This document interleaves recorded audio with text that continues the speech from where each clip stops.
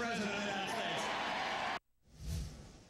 A huge day for Republicans today. Political contributor Jason Johnson saw it with me. He's here to weigh in on the Romney-Ryan ticket. We were watching together, and you do have to admit, no matter if you agree with his stances on things or not, that Paul Ryan was well-spoken. He talked about what he would do for the country. He talked about the negatives of President Obama, introduced us to his family, told us sadly about how his father passed away when he was in high school. So you really got to know him a little bit more. How'd you think he did overall? I think he did a great job overall. I think it was wonderful. I think if he had a little more gray on his temples, he'd make a great presidential candidate right now. But the truth of the matter is, what he demonstrates is the weaknesses with Mitt Romney. The fact that he can explain things in such simple manners, the way that he can connect his family in just one or two sentences. It reminds us that the top of the ticket for the Republican Party isn't making those connections. How about Mitt Romney with a slip of the tongue saying the next president of the United States, Paul Ryan, and then he came back and said, no, I mean vice president. Right. That wasn't too bright on Mitt Romney, but I think it was a Freudian slip. Look,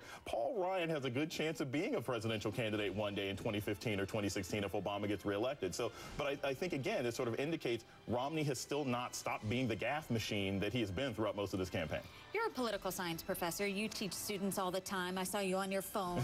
What are they saying about this? I'm sure a lot of them are watching. You know, it's interesting. I've gotten some tweets and I've gotten some texts from my students, and their first question is, what has he said about student loans? See, the interesting thing is, and we look at this at Hiram College, we do a poll of young voters every single year, and Paul Ryan's decisions, which he wants to cut Pell Grants, which he wants to cut back on government spending, they aren't the kinds of things that make seniors happy or make millennials happy, and that's something Mitt Romney's really going to have to work on. Right. I think your students are very smart. They're getting specific here because, in a sense, he was giving, as most speeches are, a generalization, kind of saying that people that he talks to in Wisconsin say that their dreams are diminishing, and he doesn't want that to be the new normal. We agreed with that. We think President Obama agrees with that, to help the middle class get jobs. Right. But specifically, what is he doing is the question. Right. The idea is there's not anyone who's running for president right now who doesn't love this country, who doesn't want to put people back to work. The question is, how are you going to do it? And I think a very scary poll for the Romney campaign is, the Pew did this about a couple of weeks ago.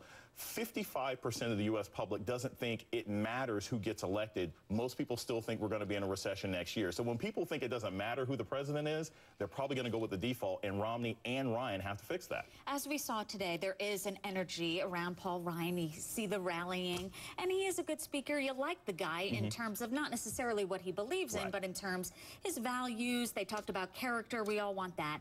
If you're with the Obama administration, how do you react to that? Do you come out swinging, or do you just come out with solutions to what the problems are in our country? Well, we've already seen the Obama campaign had an anti-Romney-Ryan video about 15 minutes after Ryan got off the stage. So I think what they're going to say is, like, look, this is the guy who wants to put grandma in a home and cut Medicare. This is the guy who doesn't want students to be able to get their loans paid for when they go to college. I don't think he's going to focus on Ryan the person. Ryan's a likable guy, but he's going to say these are the policies that don't work, and that's going to be something that Ryan's going to have to counter against Joe Biden, which is not easy. And it also makes me wonder how many people are really undecided. Don't they know by now who they're voting for? Maybe not. Jason Johnson, appreciate it. Thank you. It's been great watching with you. Thanks. Wonderful.